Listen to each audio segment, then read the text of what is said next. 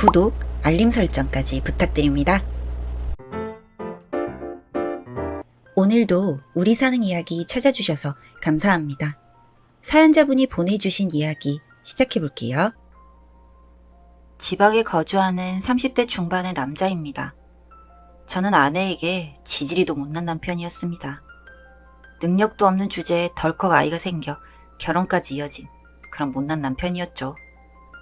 그 당시에는 사지 멀쩡하고 책임져야 할 가족까지 생겼으니 어떻게든 열심히만 일하면 나중에는 잘 풀릴 거라 낙관했었습니다. 그런데 사는 게 참 호락호락하지 않더라고요. 작은 원룸에서 아내와 함께 있을 때는 웃고 장도 보고 밥도 해먹고 참 행복했지만 집 밖으로 나오는 순간 그렇게 제가 작아짐을 매 순간 느꼈습니다. 낮에는 화물 용달을 띠고 새벽이면 세차장에서 남의 차를 팔이 부러져라 닦고 그렇게 죽어라 일을 해도 월말이 되면 세금이며 생활비며 병원비며 항상 쪼들리기 일쑤였습니다.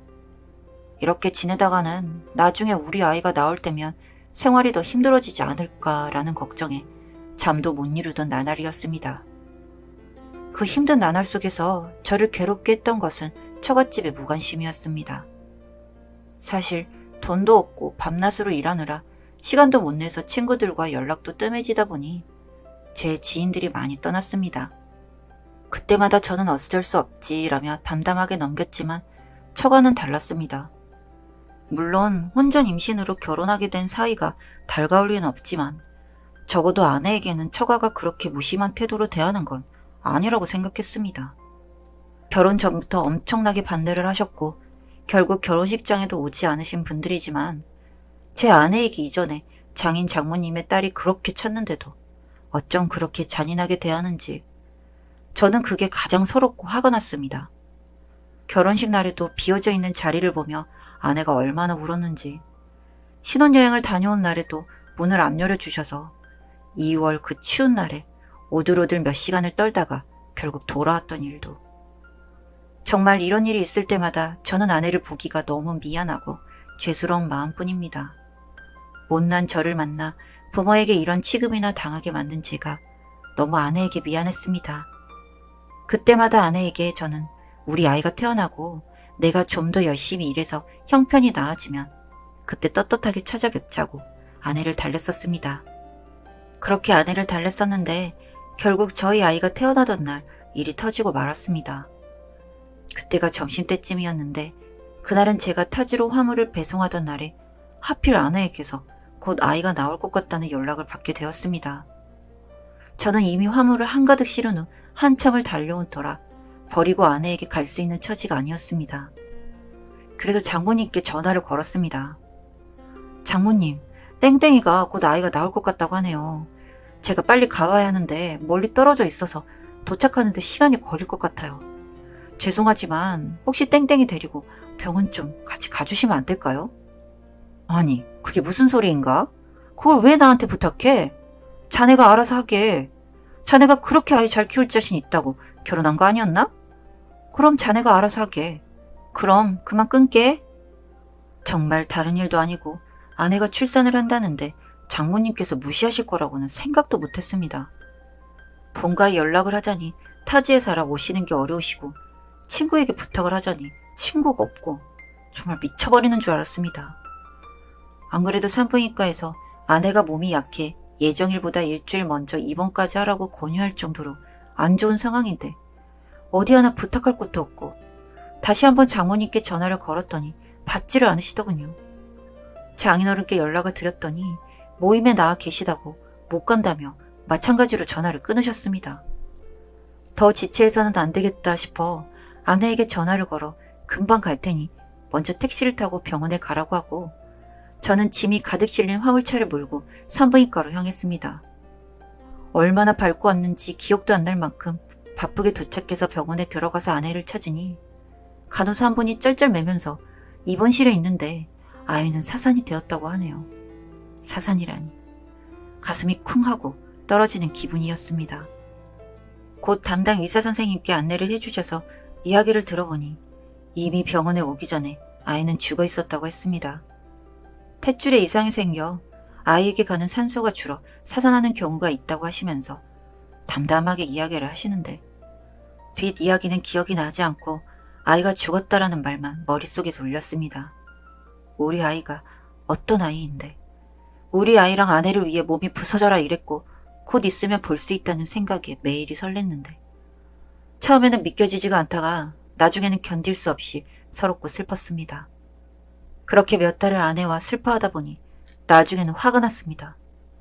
그때 아내가 힘들다고 전화했을 때 처갓집에서 우리가 하는 이야기를 조금만 들어주셨으면 그때 전화를 받고 바로 달려가 병원으로 갔었으면 우리 아이가 살 수 있지 않았을까라는 생각이 들며 정말 치가 떨리게 미웠습니다.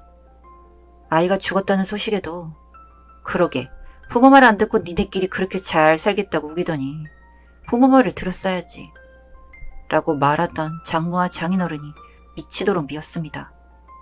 그때부터 아내와 저는 처가와 연을 끊었습니다. 그렇게 2년이 지나고 그동안 저는 본가 아버지가 가지고 계시던 과수원 근처에 아울렛이 들어오는 바람에 가격이 크게 올라 그걸 처분하고 작은 빌라를 몇 개 지어 관리를 하고 있었습니다. 항상 더 해주지 못한 것이 마음에 걸리셨던 부모님 덕분에 저는 매달 생활비 걱정하던 생활에서 벗어나 이제는 여유롭게 살 수 있게 되었습니다. 생각보다 엄청 큰 돈은 아니지만 매월 꼬박꼬박 들어오는 월세만 받고 살아도 그럭저럭 살림이 되더군요.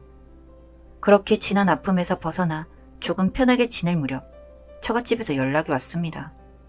먼저 연락이 온 적은 처음이었기 때문에 무슨 이야기를 하나 들어보자 싶어 전화를 받았습니다.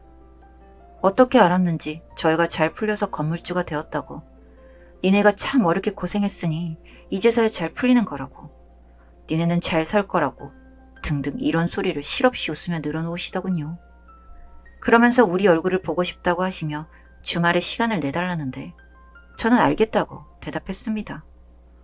단칼에 자르고 마주보기도 싫은 사람들이지만 그땐 오히려 잘 나가는 모습을 보여주고자 흔쾌히 알겠다고 했습니다.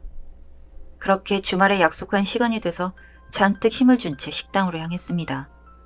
주차장에서 마중 나와 서 계시면서 저희 외제차만 뚫어져라 보시더군요. 그 차에서 저희가 내리니 되게 놀라시면서 저희를 바라보시는데 장인어른께서 그런 눈으로 절 보는 건 처음이었습니다. 안으로 들어가 우리 최서방 거리며 잘 될 줄 알았다느니 처음부터 우리 식구라는 게 딱 느껴졌다느니 하는 시덥지 않은 이야기를 듣다가 장인어른께서 저에게 부탁을 하셨습니다. 지금 가게 하나를 인수해서 고깃집으로 운영하고 있는데 가게가 크다 보니 처음에 투자를 무리해서 했다. 그러다 보니 운영자금도 부족하고 대출금 갚기도 조금 벅차다. 조금만 도와주면 금방 장사해서 갚겠다라고 하십니다. 정말 처음으로 연락해서 나간 자리에 돈 이야기라니 역시는 역시라는 생각에 얼굴 보기가 역하더라고요. 도와달라는 이야기를 듣고 있으니 옛날 일도 생각이 나는 것 같아 순간 화도 치밀어 올라 생각을 했습니다. 빌려주기로 하고 제 날짜에 안 빌려주면 아주 곤란해지겠지라는 생각이 들어 그 자리에서 흔쾌히 1억을 해주기로 약속을 했습니다. 제가 냉큼 빌려주겠다고 하니 장인어른은 사위 잘 뒀다면서 기뻐하시던데 정말 안 입고 와서 다음 달 10일까지 꼭 입금을 해주겠다 약속을 하고 자리를 떠났습니다. 그리고 10일이 되자 연락을 끊었습니다. 그날 하루 종일 전화며 문자며 난리를 치더니 다음 날이 돼서 제가 먼저 연락을 했습니다. 바빠서 몰랐다고. 그러고 다시 입금을 해주기로 하고 연락을 끊고 다시 보내주겠다 하고 연락을 끊고를 2달 정도를 반복하니 집까지 내놓으셨더군요. 그러면서 제발 좀 도와달라며 사정을 하시는데 장인 장모 2분 계시는 곳에서 이야기를 했습니다. 저희가 도와달라고 사정했을 땐 꿈쩍도 안 하셨잖아요. 염치 없으시네요. 저 다시는 장인 장모님 안 뵈려고 결심했습니다. 1억이요? 1억 같은 소리 하시네요. 알아서 해결하세요. 집을 팔아서 길거리에나 앉든 빚쟁이들 피해서 평생 도망을 다니시든 이라고 소리를 지르고 나왔습니다. 그 뒤로 개새끼 소새끼 사람도 아닌 것이라며 연락이 오더니 결국에는 집을 팔아도 메우지 못해 가게도 내놓은 것으로 알고 있습니다. 아주 속이 시원해 죽겠습니다. 돈 하더니 그 돈에 당해보니 어떤지 정말 물어보고 싶네요. 사연은 여기까지였고요. 우리 사는 이야기 시청해주셔서 감사합니다. 감사합니다.